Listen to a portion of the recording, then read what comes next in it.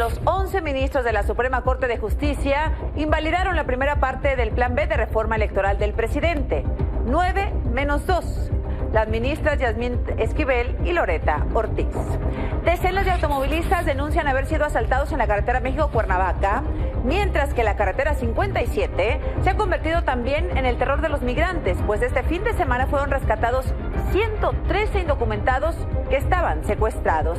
Y esto puede empeorar, pues a partir del jueves termina el título 42, por lo que cientos de migrantes buscarán cruzar la frontera o la están cruzando ya ante la creencia de que no serán expulsados.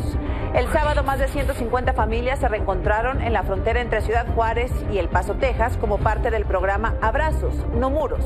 Durante los 6 minutos que duró el reencuentro, todos estuvieron siempre vigilados por decenas de agentes fronterizos. Empieza el tiempo para empezar a caminar hacia sus lados. Tiempo. Y para aclarar, tenemos a estas familias. Piensa, Nefa. Acabo de la vista con él, está trabajando. Ok, bueno, está trabajando. Está todo bien. Tiempo, familias, es tiempo. Venimos a presentarle a mi suegra, a su nieto, para que lo conociera. Pues ya que desgraciadamente por las leyes migratorias pues no pueden estar juntos.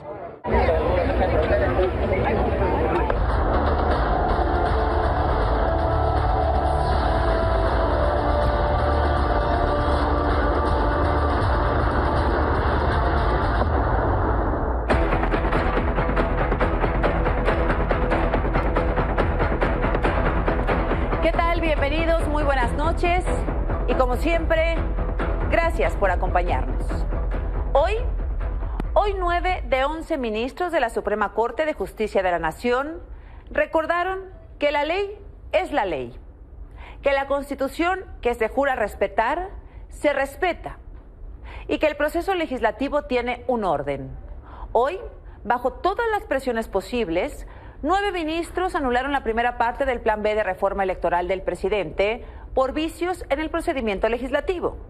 La propuesta fue del ministro Alberto Pérez Dayán y fue respaldada por Margarita Ríos Farjat, Juan Luis González Alcántara Carancá, Alfredo Gutiérrez Ortiz Mena, Luis María Aguilar, Arturo Saldívar. Bueno, causó sorpresa, qué bueno.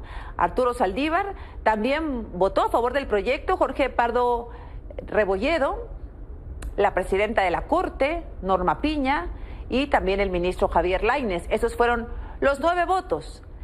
Pues en contra los predecibles, las ministras Loretta Ortiz y Yasmín Esquivel. A favor del sentido del proyecto. A favor del proyecto. En contra del proyecto. En contra del proyecto. Con el proyecto. A favor del sentido del proyecto. En el mismo sentido. A favor del proyecto. El proyecto, madre. En los mismos términos. Con el sentido del proyecto. Con 9 votos a favor y 2 en contra, la Suprema Corte de Justicia tumbó la primera parte del Plan B de reforma electoral, declarándola inconstitucional por considerar que se violó el procedimiento legislativo y la discusión democrática al momento de aprobarla. Es evidente que el proceso que se siguió en la Cámara de Diputados para aprobar el decreto impugnado anula la posibilidad de la deliberación democrática. Sí existieron violaciones al procedimiento legislativo que afectaron grandemente la deliberación democrática. El conjunto de vicios y hierros en la función legislativa acarrean como consecuencia lo que yo llamaría una perversión de las reglas democráticas. Avalar un procedimiento con estos rasgos equivaldría a asumir que la mayoría parlamentaria, por el simple hecho de serlo, está por encima de las reglas constitucionales.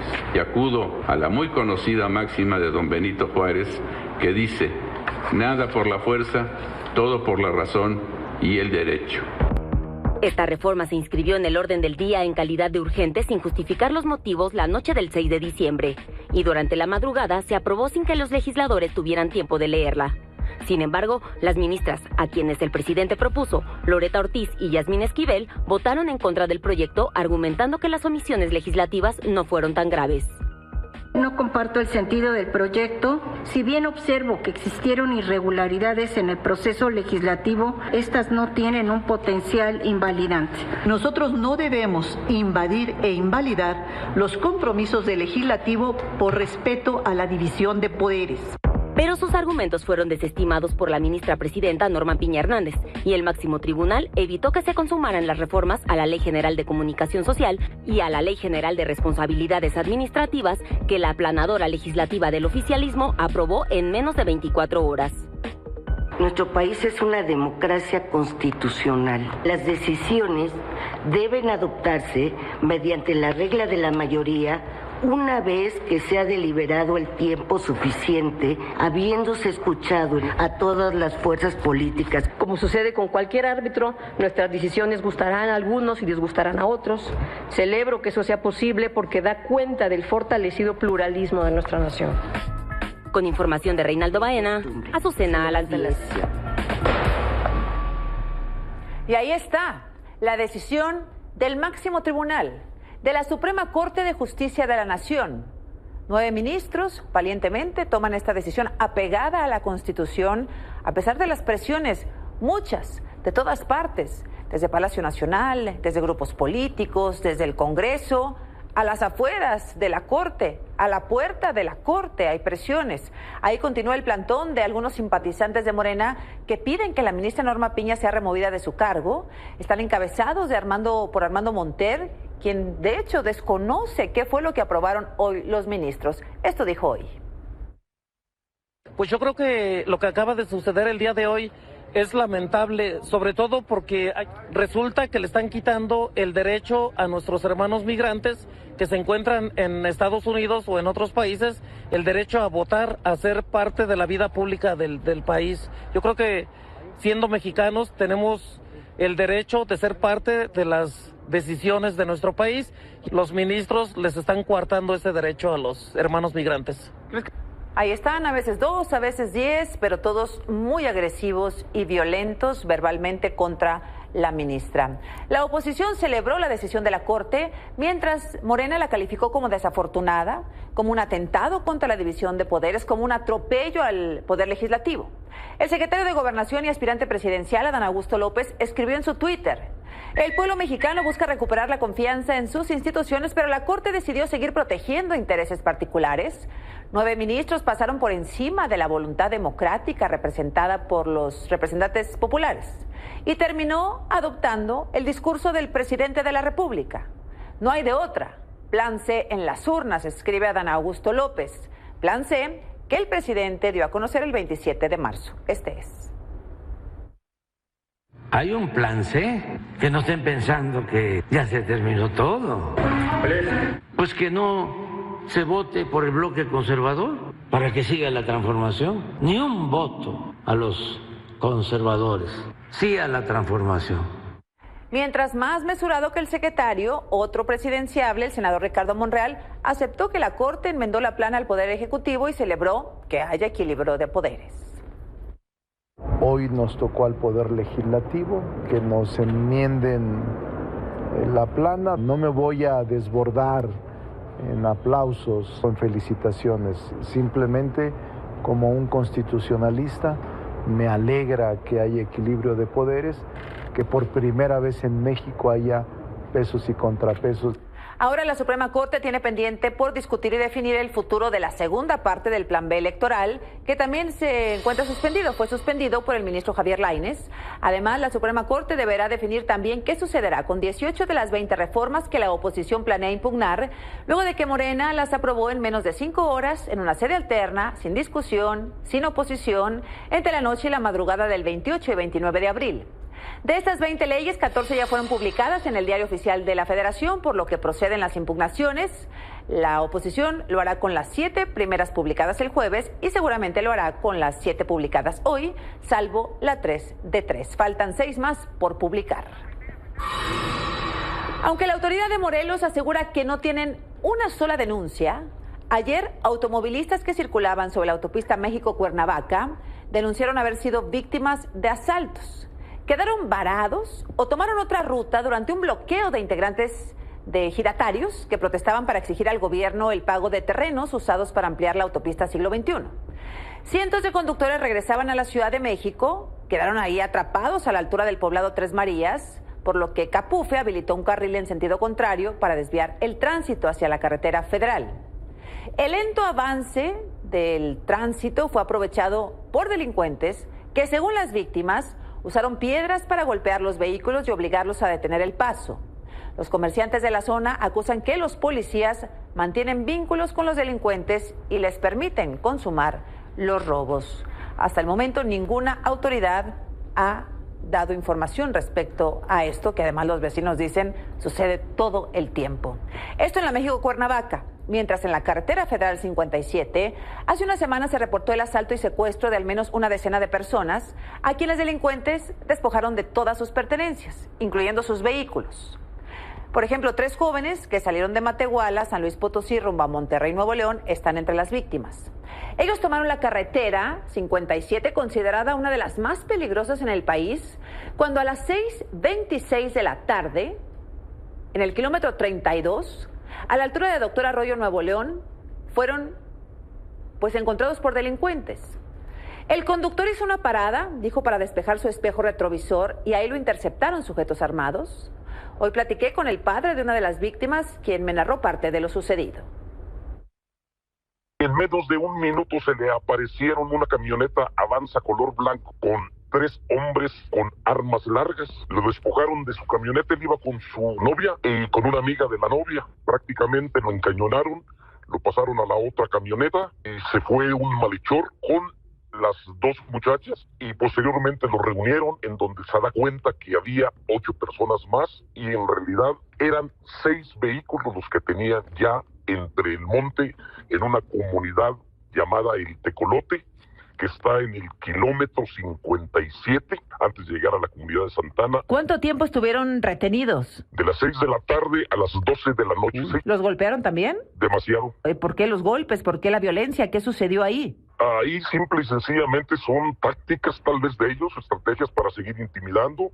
Les ponían las armas largas en la sien, a la muchacha las ponían en el cuello. ¿Los liberaron a las 12 de la noche? ¿Cómo se dio eso? A las 11:30 de la noche, recibo una llamada, es de mi hijo, que le prestaron un teléfono, que estaba en una gasolinera completamente desorientado. ¿Las pertenencias de tu hijo y de sus amigos han recuperado algo? Nada, absolutamente. De hecho, la camioneta que tripulaba a mi hijo traía GPC, la última vez marcó en Doctor Arroyo el lunes a las 9 de la noche. ¿Los llamaron a declarar, a tratar de identificarlos o tampoco? Tampoco.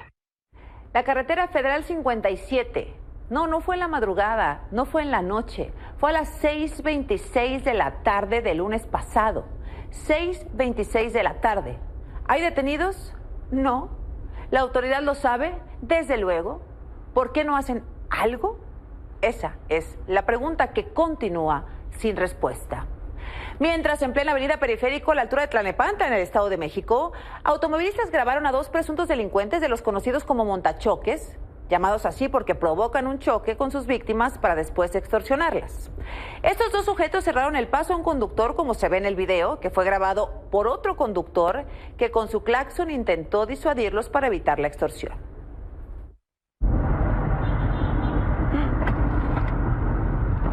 ¿Ya se te metió otra vez el Cooper? Sí. ¿No se detuvo?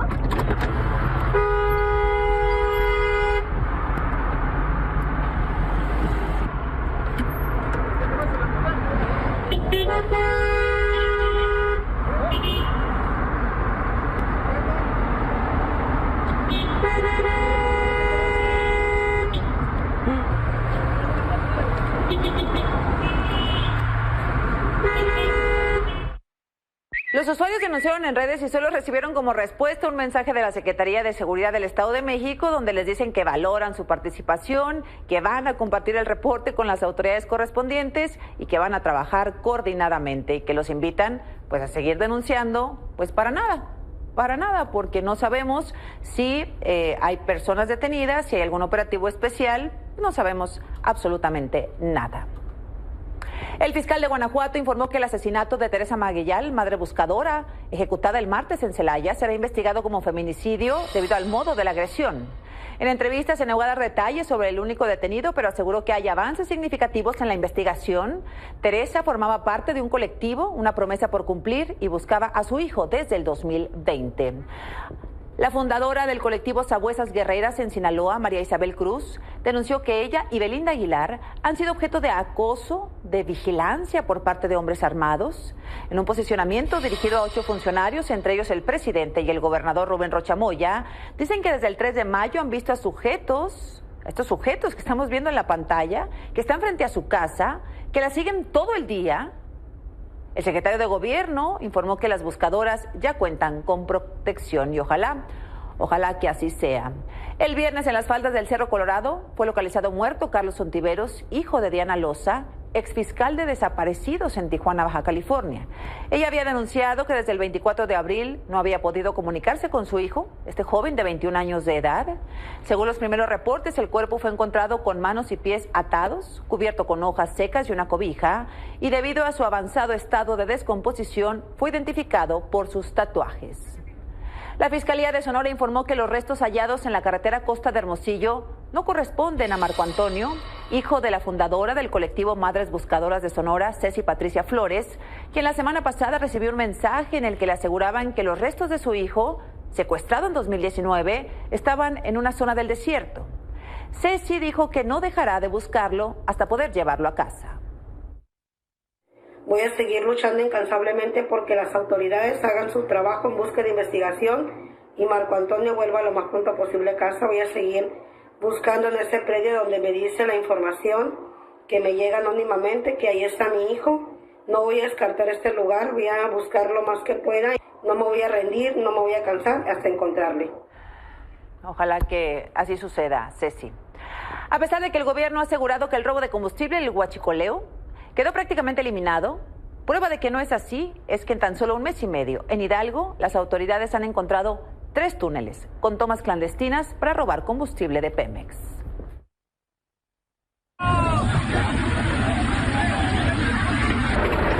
Mira, ¿cómo es?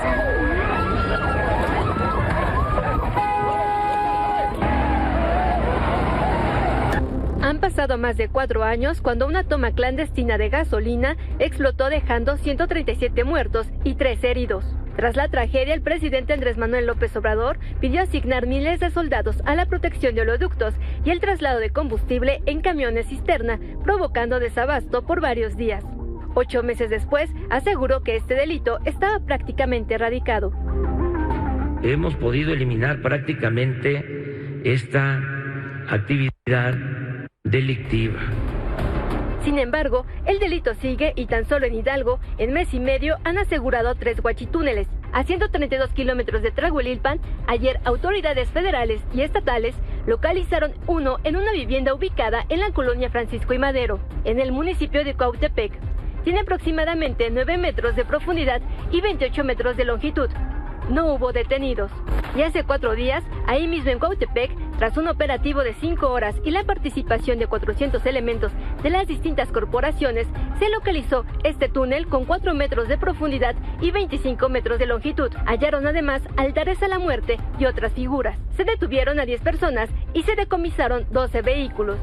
Y el 15 de marzo, en un operativo donde se catearon 3 predios en el municipio de Tlaxcoapan, se localizó un túnel con 3 metros de profundidad y 4 metros de diámetro, además de otra toma clandestina superficial, 14 pipas, 3 tractocamiones y 3 remolques.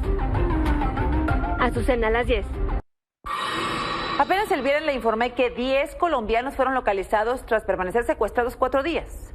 Ellos fueron interceptados por criminales cuando se dirigían de Sonoita a San Luis Río Colorado y tras ser encontrados, habrían llevado ellos mismos a las autoridades a un punto donde había 113 migrantes más secuestrados. A los 113 los tenían en varias casas de San Luis Río Colorado, donde fueron detenidos 5 presuntos delincuentes y se aseguraron varias armas de fuego, mientras que los migrantes fueron llevados a albergues donde serán vigilados y atendidos por las autoridades. 113 secuestrados. ¿Cuántos más? Imposible saberlo. Y esta crisis podría agravarse a partir del jueves, cuando se desactive el título 42, mecanismo por el cual Estados Unidos podría expulsar automáticamente a los migrantes indocumentados. Miles de migrantes se preparan para cruzar o ya lo están haciendo, por lo que las autoridades de aquel país insisten en dejar claro que todo aquel que cruza ilegalmente va a ser repatriado, pero que además podría ser expulsado para siempre de los Estados Unidos. Luego de 3 años, el próximo jueves concluirá en Estados Unidos la aplicación del Título 42, un mecanismo implementado por Donald Trump para expulsar de forma inmediata a los migrantes irregulares por razones sanitarias. Con ello, surgió desde hace varios días el rumor de que las fronteras quedarían abiertas, lo que ha provocado que miles busquen llegar y cruzar por México. Las redes de criminales dan mala información al migrante. Le dicen que se vengan, que la frontera está abierta, que todos pueden ingresar y se quedan. Hoy, cientos de personas esperan en campamentos y otras miles preparan su viaje hacia el norte, todas con la esperanza de alcanzar el sueño americano. Pero la realidad es muy distinta. El fin del Título 42 llegará con el reforzamiento de otras medidas, como el Título 8, que además de efectuar las deportaciones bajo el proceso tradicional, permitirá fichar a los detenidos y vetarlos del país por 5 años, perdiendo así el derecho de entrar por la vía legal en este periodo o a solicitar asilo en el futuro. Nosotros sí estamos preparados para procesar toda persona que entre de manera ilegal. Se van a procesar, se les va a detener y van a ser expulsados. Y es que solo durante los últimos 6 meses ha habido más de 1 millón de detenciones de migrantes tratando de cruzar la frontera sin documentos. El sector más saturado es el del Paso, Texas, cuyo gobernador ya anunció sus propias medidas. Today we are deploying a new National Guard unit. It's called the Texas Tactical Border Force. Right now, as we're speaking, the Texas National Guard is loading Black Hawk helicopters and C-130s. We're working on laws this session. One is to make it a felony to illegally enter the state of Texas from Mexico. And we will make it a 10-year minimum jail sentence for people who are smuggling in the state of Texas. Azucena a las 10. Bueno, y en Texas las últimas 2 semanas se ha registrado un aumento en la llegada de migrantes. Cada día alrededor de 2.500 cruzan la frontera hacia Brownsville. Ayer Fox News difundió estas imágenes. Son imágenes captadas con un dron que muestran pues la larguísima fila de migrantes que intentan cruzar sin documentos la frontera hacia esa ciudad, hacia Texas, hacia Brownsville, precisamente ante el término del Título 42. Mientras, así lucen algunas calles del Paso, ahí mismo en Texas. Miles de migrantes también han logrado cruzar e instalarse en distintas localidades, por lo que el gobierno está implementando algunas medidas drásticas para contener la llegada. Detener, repatriar a quienes ya se encuentran en territorio estadounidense, por ejemplo. Esto en Texas, mientras de este lado, en Tijuana, Baja California, cientos de personas permanecen en la frontera con San Diego pidiendo comida a las organizaciones mientras esperan la oportunidad para cruzar. Activistas aseguran que la semana pasada registraron la llegada de 125 personas y que hoy están llegando entre 400 y 500. Y esta tarde decenas de migrantes fueron captados en un video así, cruzando el río Bravo, Matamoros, Tamaulipas. Estas familias cruzan caminando en fila, apoyadas de bolsas, de un mecate o incluso con colchones inflables, donde suben a sus hijos, muchos de ellos pequeños. Ya inflaron el colchón, mire, individual, y en este momento pues están cruzando los niños ahí, mire. Doble fila, se van topando aquí.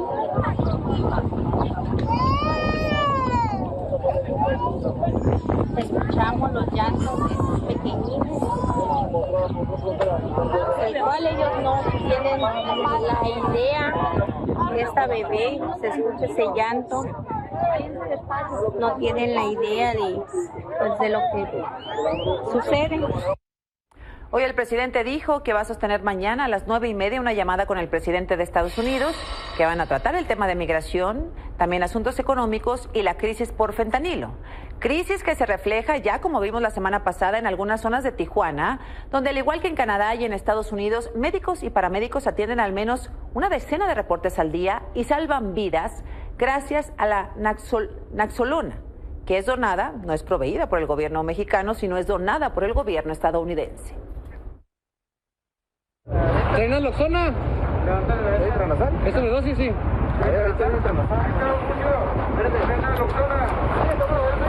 Médicos y paramédicos enfrentan una nueva crisis de salud en Tijuana, Baja California, por la mezcla de fentanilo con otras drogas. Mensualmente atienden hasta 400 llamados por sobredosis, por lo que los grupos de rescate ya no se dan abasto. A diario son, no sé, de 10 hasta 15 reportes sobre sobredosis. Revuelven el fentanilo con el cristal o ya sea cocaína. A la mayoría deben revivirlos, como Alberto, un joven de 26 años que cayó inconsciente tras inhalar metanfetamina con fentanilo. Primero, tuvieron que suministrarle oxígeno para estabilizarlo.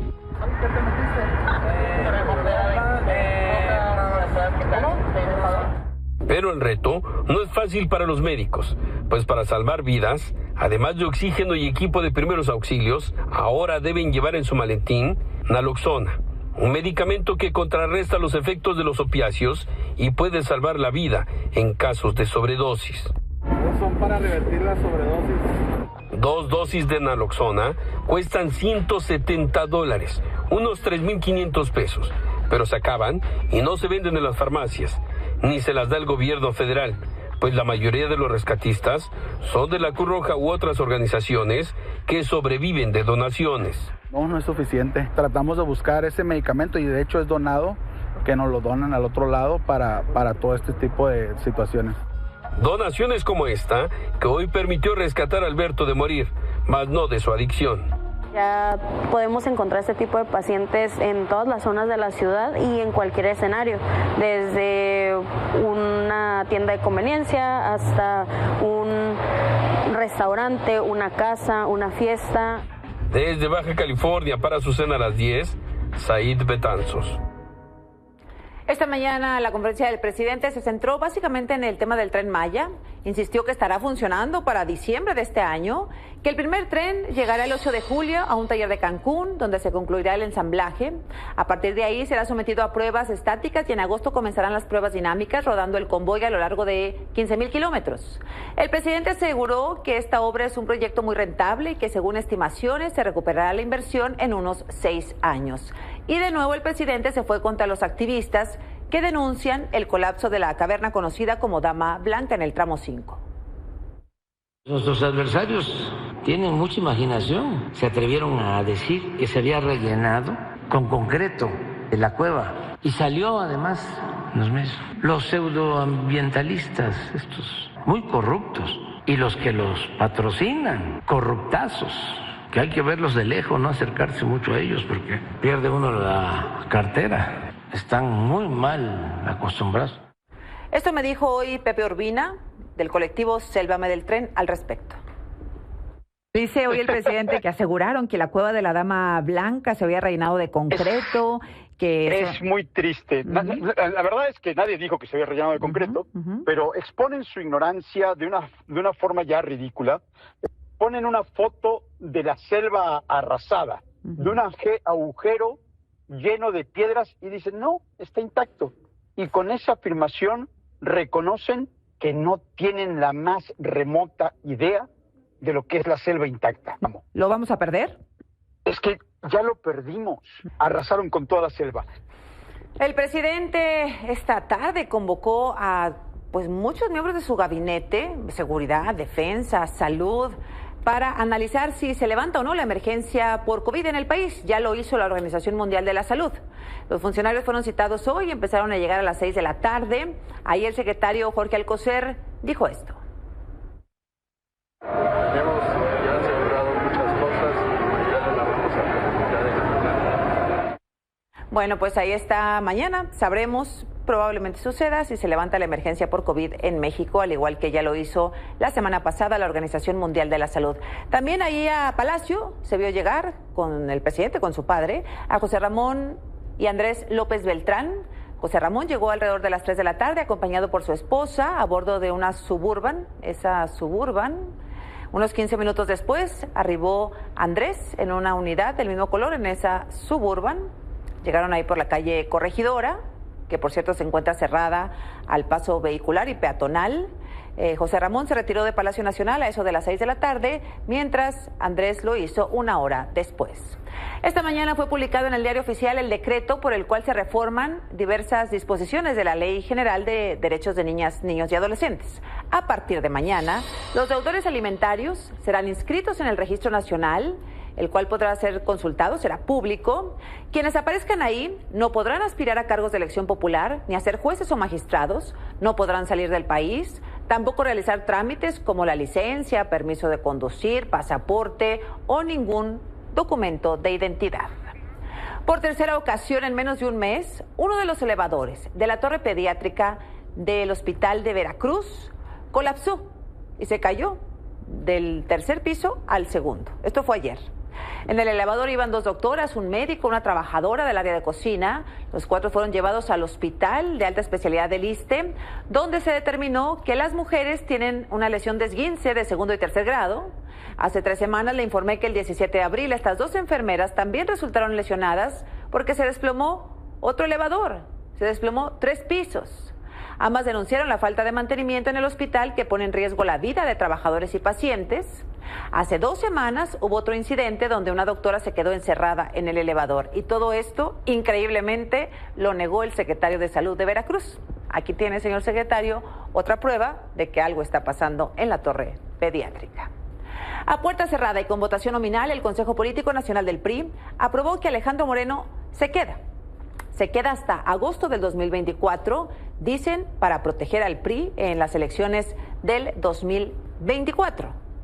Obtuvo 518 votos a favor, 3 en contra, entre ellos las de Claudia Ruiz Massieu y Dulce María Sauri, quien pidió rehuir la tentación de considerarse indispensables y mostrar resultados favorables para el partido. El PRI, que reclama transparencia al gobierno del presidente López Obrador, hoy no transmitió su evento, no permitió la entrada a los medios de comunicación, ni tampoco a algunos militantes del propio partido, siendo el PRI de siempre, el PRI, la incongruencia de reclamar transparencia en la casa de enfrente. ¡Alito! ¡La mano!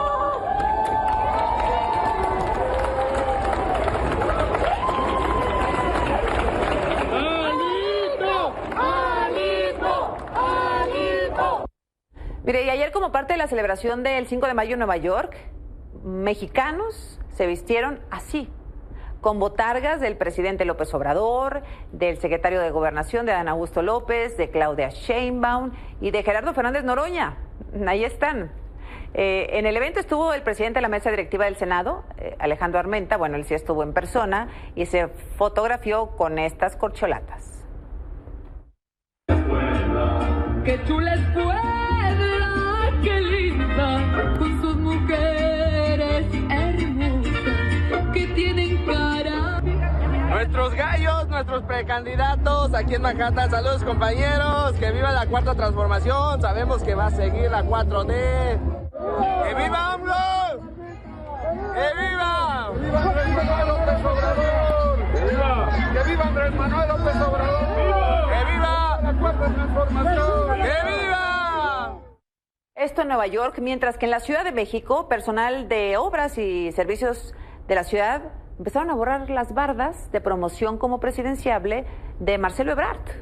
Los trabajadores fueron captados sobre avenidas como Periférico, Avenida Ámsterdam, Río Becerra, ahí están, o Eje 3. El equipo del canciller dice que la administración de la Ciudad de México tiene un doble rasero porque dejan intactas bardas alusivas a otros aspirantes como la propia jefa de gobierno de la Ciudad de México. La cuestionaron hoy al salir de Palacio Nacional y ella dice que no hay ninguna guerra sucia contra el canciller. ¿Por qué no están borrando la publicidad a Marcelo? Los del servicio de limpia de la ciudad, las paredes. ¿Ven cuántas pintas hay de eso? ¿Están las fotos? No es guerra sucia. No hay guerra sucia, puro amor y paz. Por cierto, la jefa de gobierno ofreció disculpas después de que hoy a las 11:45 se activó la alerta sísmica sin sismo. La alerta obviamente provocó pánico y desconcierto entre la gente que desalojó sus casas, sus departamentos, sus oficinas. Y 13 minutos después, pues voilà. El C5 dice que fue un error derivado de trabajos de mantenimiento, que por accidente enviaron el sonido de la alerta sísmica a varios sitios de la Ciudad de México, 851. La jefa de gobierno estaba ofreciendo una conferencia justo en ese momento, la pausaron, también evacuaron la zona y al regresar dice pues que fue un error, que ustedes disculpen el susto y que van a revisar quién se equivocó. Ahora sí que pedimos disculpas. O sea, no fue que fuera un proceso de revisión programado, sino que estaban dándole mantenimiento al servidor. A veces son empresas que son las que están haciendo estas revisiones de los servidores. Por supuesto que no es correcto que ocurra esto y tiene que hacerse tanto la revisión de los servidores públicos como de las empresas que estaban haciendo este proceso. Ha causado conmoción y no es para menos el atropellamiento de un grupo de migrantes que estaban esperando su autobús en un albergue en Brownsville, Texas. Un sujeto los embistió con su camioneta, ya fue detenido, tiene antecedentes penales y se le acusa de homicidio involuntario. Fue así como ayer un hombre embistió con una camioneta Land Rover gris a un grupo de migrantes que esperaban el autobús en Brownsville, Texas. 8 hombres murieron y 10 más resultaron heridos. Las imágenes captadas tras el incidente son dantescas. Muestran a los atropellados y partes de sus cuerpos esparcidos por la calle. El responsable que intentó huir de la escena fue identificado como George Álvarez, de 34 años, un ciudadano estadounidense con residencia en Brownsville y quien tiene antecedentes penales por una veintena de delitos. Hoy, la policía de Brownsville informó que Álvarez se pasó un semáforo en rojo, perdió el control del vehículo y atropelló a un total de 18 migrantes, en su mayoría originarios de Venezuela. Sin embargo, aún no se identifica por nombre a los fallecidos y heridos. Álvarez fue acusado de 8 cargos por homicidio imprudencial y está preso bajo una fianza de más de $3 millones. Algunos testigos contaron lo ocurrido. Nosotros no le hicimos nada a él. Muchachos, que todos somos padres de familia y que por qué no hizo eso. Aún se investiga si el atropellamiento pudo ser intencional y se espera el resultado de las pruebas toxicológicas realizadas al conductor. Cursing at them, and we have nothing to validate that at this point. And how were you able to rule out that this was not intentional? It is an ongoing investigation. Absolutely, charges can change and charges can be added. Azucena a las 10. Las autoridades de la Ciudad de México, las autoridades de medio ambiente presentaron a Gypsy, la próxima compañera de Ellie, conocida como la elefanta más triste del mundo. Con ello esperan que la salud de Ellie mejore al tener compañía.